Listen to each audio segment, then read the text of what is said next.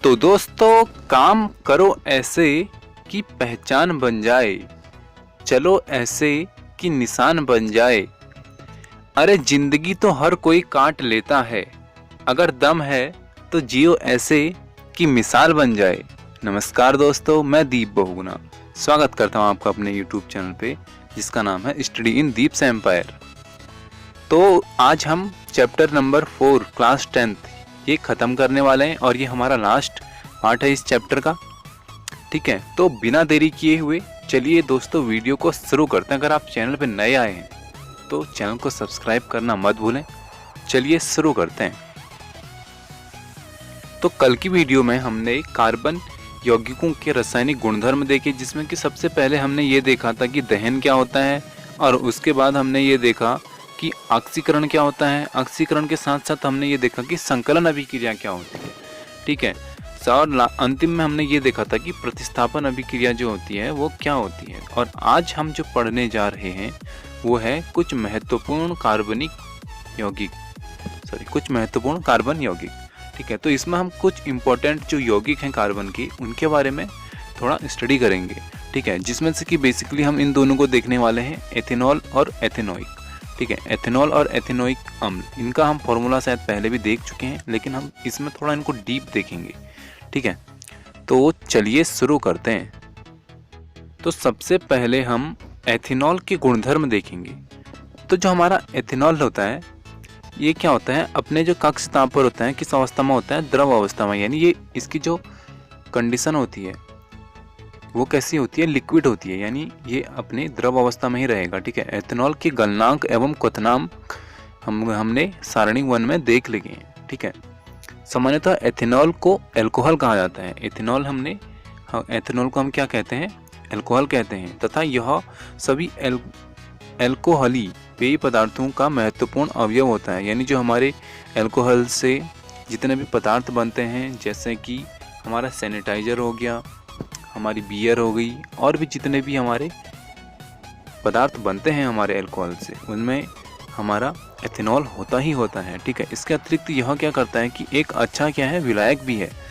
जो हमारा एथेनॉल है ये क्या है, विलायक है, यानी ये पानी के साथ घुल जाता है। ठीक है, इसका उपयोग टिंचर आयोडीन, कफ सिरप जब हमको खांसी हो जाती है तब, और साथ ही में हम टॉनिक यानी दवाइयों में इसका बेसिकली यूज होता ही होता है। ठीक है, आदि के जैसी औषधियों में होता है। एथेनॉल किसी भी अनुपात में जल में मिलाया जा सकता है, यानी इसका कोई फिक्स रेशियो नहीं है। आप अपनी क्षमता अनुसार इसको पानी में अनुपात मिला सकते हैं, आपके अकॉर्डिंग, ये आप पे डिपेंड करता है। ठीक है, तनु एथेनॉल की थोड़ी सी मात्रा लेने पर क्या होता है, नशा हो जाता है। ठीक है, तो जो अगर हम तनु एथेनॉल को लेंगे, थोड़ी सी मात्रा में भी ले लेंगे, यानी अगर हम उसको एक ढक्कन भी ले लें, ठीक है, एथेनॉल की बात कर रहा हूँ मैं, ठीक है, तो क्या हो जाएगा, हमको तो हल्का फुल्का नशा होने लगेगा। हालांकि एल्कोहल पीना निंदनीय है। ठीक है, ये तो आप सभी को पता है कि एल्कोहल हमको नहीं पीना चाहिए, हमारी सेहत के लिए, हमारे फेफड़ों के लिए बहुत ज़्यादा हानिकारक होता है। ठीक है, लेकिन समाज में बड़े पैमाने पर प्रचलित है।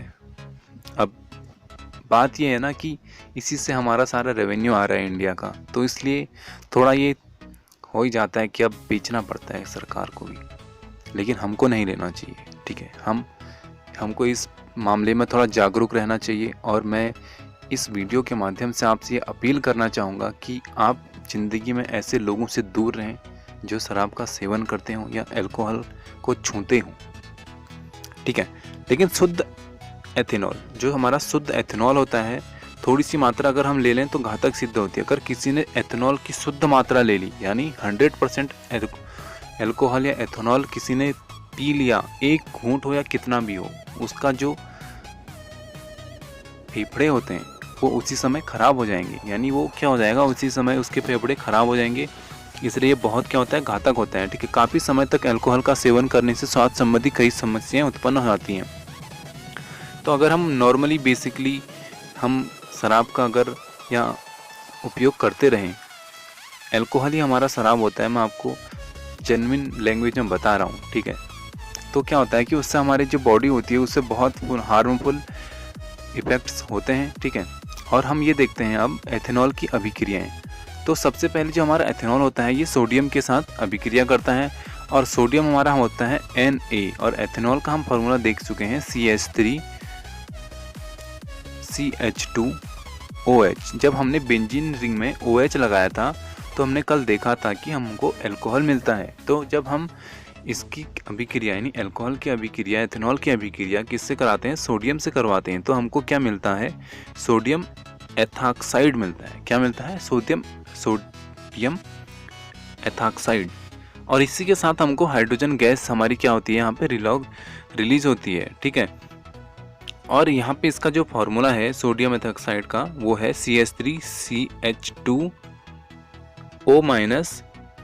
Na+। O-Na+ मतलब यानी यहाँ पे नेगेटिव चार्ज है हमारे O के साथ, इसने क्या किया? ऋण लिया। और Na ने क्या किया?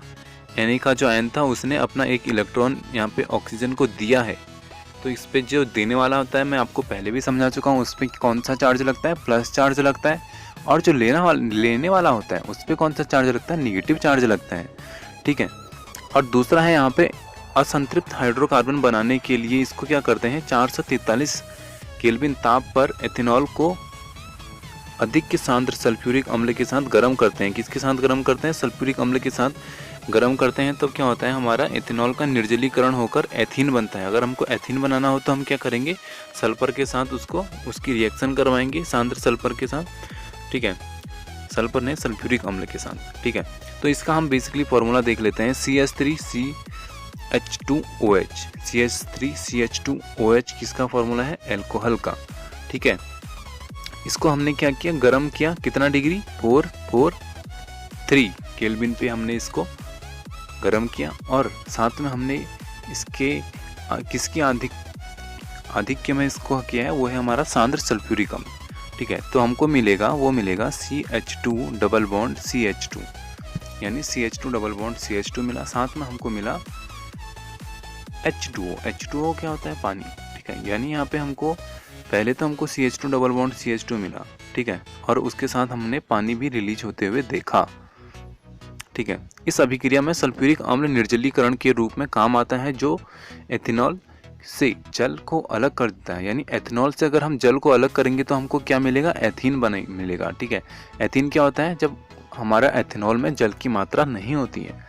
ठीक है, और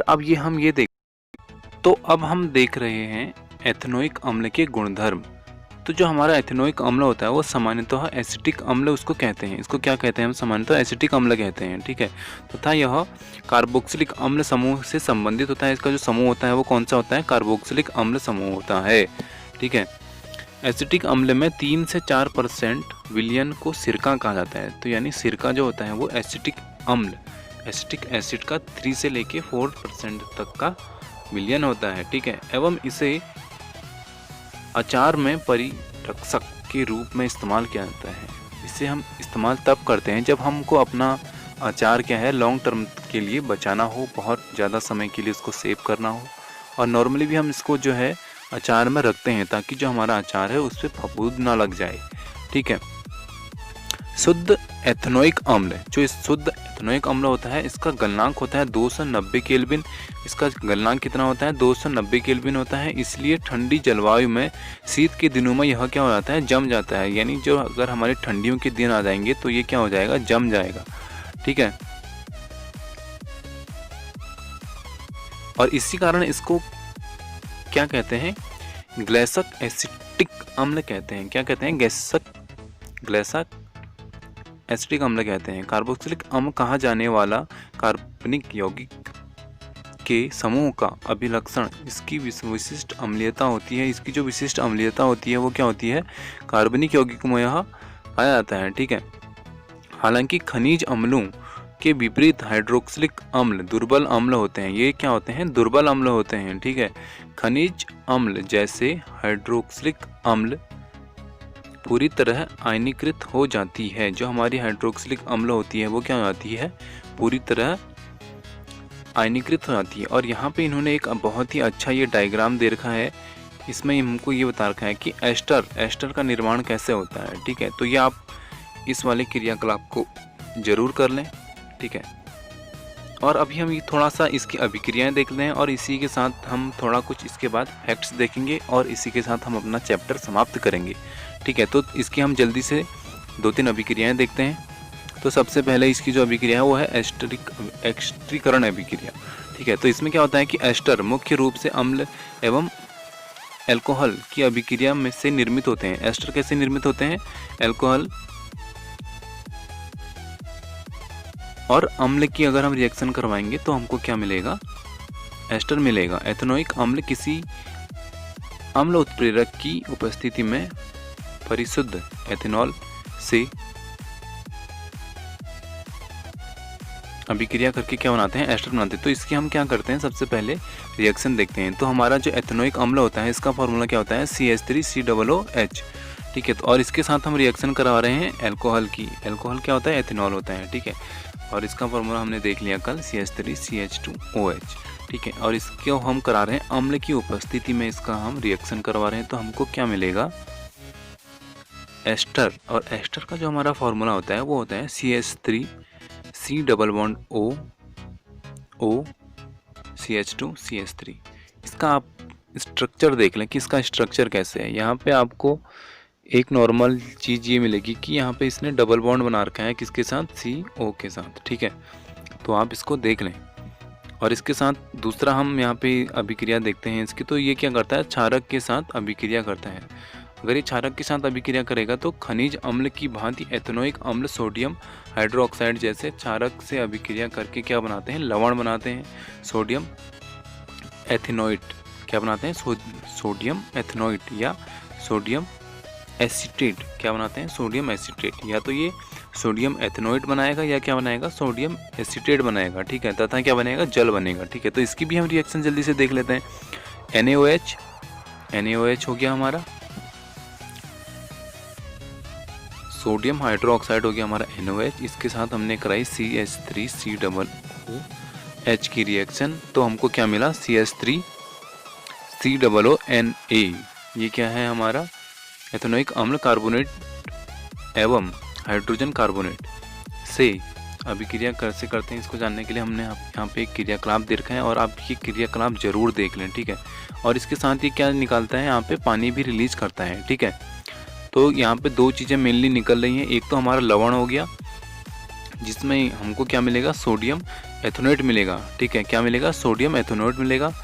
और साथ में हमको क्या मिलेगा? जल मिलेगा। ठीक है, और चलिए अब हम ये देखते हैं कि लास्ट में ये देख लेते हैं जो हमने पूरे चैप्टर में पढ़ा, इसके कुछ फैक्ट्स देख लेते हैं। ठीक है, तो चलिए जल्दी से इन फैक्ट्स को हम करते हैं रीड। और सबसे पहला हमने ये पढ़ा था कि कार्बन एक सर्वोत्मुखी तत्व है। ठीक है, तो ये हमने ये सबसे पहले देखा था कि जो कार्बन है वो एक फ्रेंडली एलिमेंट है जो कि सबके साथ रिएक्शन कर लेता है, सभी जीवों और हमारे उपयोग में आने वाली वस्तुओं का आधार है। ठीक है, कार्बन की चतुसंयोजकता क्या होती है ये भी आप मेरे साथ देख चुके हो। ये क्या बनाता है? +4 और -4 बनाने की इसके पास कैपेबिलिटी होती है। ठीक है, ये दोनों चीज़ें बना सकता है, +4 भी और -4 भी, यानी ये 4 अणु ले भी सकता है और 4 अणु दे भी सकता है। ठीक है, आपने अपने अपने बाहरी कोशों को पूर्ण रूप से भरने के लिए 2 परमाणुओं के बीच इलेक्ट्रॉनों की साझेदारी को क्या कहते हैं? सहसंयोजन आबंध कहते हैं। तो सहसंयोजन आबंध क्या होता है इसको भी हम बहुत डीप से पढ़ चुके हैं। जब क्या करते हैं कि हमको कोई भी 2 एलिमेंट दे रखे हैं, वो अपना बाहरी इलेक्ट्रॉन कोश भरने के लिए जो भी रिएक्शन करेंगे तो उसको हम क्या कहेंगे? जो भी वो आबंध बनाएंगे उस आबंध को हम क्या कहेंगे? सहसंयोजक आबंध कहेंगे। ठीक है, और इसके बाद अगला पॉइंट है कार्बन अपने या दूसरे तत्वों जैसे हाइड्रोजन, ऑक्सीजन, सल्फर, नाइट्रोजन एवं क्लोरीन के साथ सहसंयोजक आबंध बनाता है। तो यानी ये इन सभी यौगिकों के साथ क्या करता है? सहसंयोजक आबंध बनाता है। कार्बन ऐसे यौगिक भी बनाता है जिसमें कार्बन परमाणुओं के बीच द्विआबंध या त्रिआबंध होते हैं, या तो इनमें डबल बॉन्ड बनेगा या ट्रिपल बॉन्ड बनेगा। ठीक है, कार्बन की यह श्रृंखला सीधी शाखायुक्त या वलयी किसी भी रूप में हो सकती है। तो इसका कोई नॉर्मल स्ट्रक्चर नहीं कि ये ऐसे ही होगा, ये किसी भी रूप में हो सकती है। ठीक है, और इसके बाद हम ये देखते हैं कि कार्बन की जो श्रृंखला बनाने की क्षमता होती है इसके कारण यौगिकों की एक समजातीय श्रेणी उत्पन्न होती है जिसमें विभिन्न लंबाई वाली कार्बन श्रृंखला से समान प्रकार्यात्मक समूह से जुड़ा होता है। तो यानी ये किसी ना किसी समूह से जुड़ा होता है, और ये हम देख चुके हैं कि अगर वो OH समूह से जुड़ेगा तो अल्कोहल बन जाएगा, COOH से जुड़ेगा तो क्या बनेगा, ये हम सब कुछ देख चुके हैं। कीटोन बनेगा तो क्या बनेगा, तो ये हम देख चुके हैं। ठीक है, अल्कोहल, एल्डिहाइड, कीटोन और कार्बोक्सिलिक अम्ल जैसे समूह कार्बन यौगिकों का क्या है, अभिलाक्षणिक गुण प्रदान करते हैं। ये क्या करते हैं, कार्बन की यौगिक को क्या है, अभिलाक्षणिक गुण प्रदान करते हैं। ठीक है, कौन कौन, अल्कोहल, एल्डिहाइड, कीटोन, कार्बोक्सिलिक अम्ल। और ये चारों की हम कल कार्बन के साथ रिएक्शन करवा चुके हैं, और हमने मेनली क्या किया था, बेंजीन रिंग में इनको जोड़ा था। ठीक है, और अगला जो हमारा पॉइंट है, कार्बन तथा उसके यौगिक हमारे ईंधन का क्या है, मुख्य स्रोत हैं। तो जो हम घर में गैस सिलेंडर यूज करते हैं उसमें भी क्या होती है, हमारी कार्बन यूज होती है। ठीक है, बहुत से मेनली जो ईंधन होते हैं उनमें हमारा कार्बन यूज होता है। ठीक है, कार्बन यौगिक एथेनॉल एवं एथेनोइक अम्ल हमारे दैनिक जीवन में क्या होते हैं, काफ़ी महत्वपूर्ण होते हैं। ये हम पढ़ चुके हैं। ठीक है, और ये तो हमने आज ही वाली वीडियो में देखा था। और एक ये अंतिम पॉइंट है, साबुन एवं अपमार्जक की प्रक्रिया अणुओं से जलरागी या जल विरागी दोनों समूह में की उपस्थिति पर आधारित होता है। तो यानी ये जो होते हैं कि हमारे दोनों समूह में उपस्थित होगा, जलरागी यानी जल के साथ भी, और जल विरागी मतलब जल के विहीन भी। ठीक है, दोनों साथों में समूह में हमारा उपस्थित रहने पर आधारित होता है। इसकी मदद से क्या करते हैं, हम तेलीय मैल का प्रयास करते हैं और बाहर निकालते हैं। यानी जो हमारे कपड़ों में दाग वगैरह कोई चीज़ें लग जाती हैं तो वो भी हम इसी माध्यम से निकालते हैं। ठीक है, तो बेसिकली इसमें ये है कि हमारे घर से जुड़े हुए जितने भी काम हैं उसमें साइंस कहीं ना कहीं आ ही जाती है। तो मैं तो यही कहूँगा कि हमको बेसिकली थोड़ा बहुत साइंस की नॉलेज होनी ज़रूरी होती है। तो चलिए यहाँ पे करते हैं वीडियो को समाप्त। अगर आपको वीडियो पसंद आई हो तो वीडियो को लाइक, शेयर, सब्सक्राइब जरूर करें। थैंक यू सो मच दोस्तों।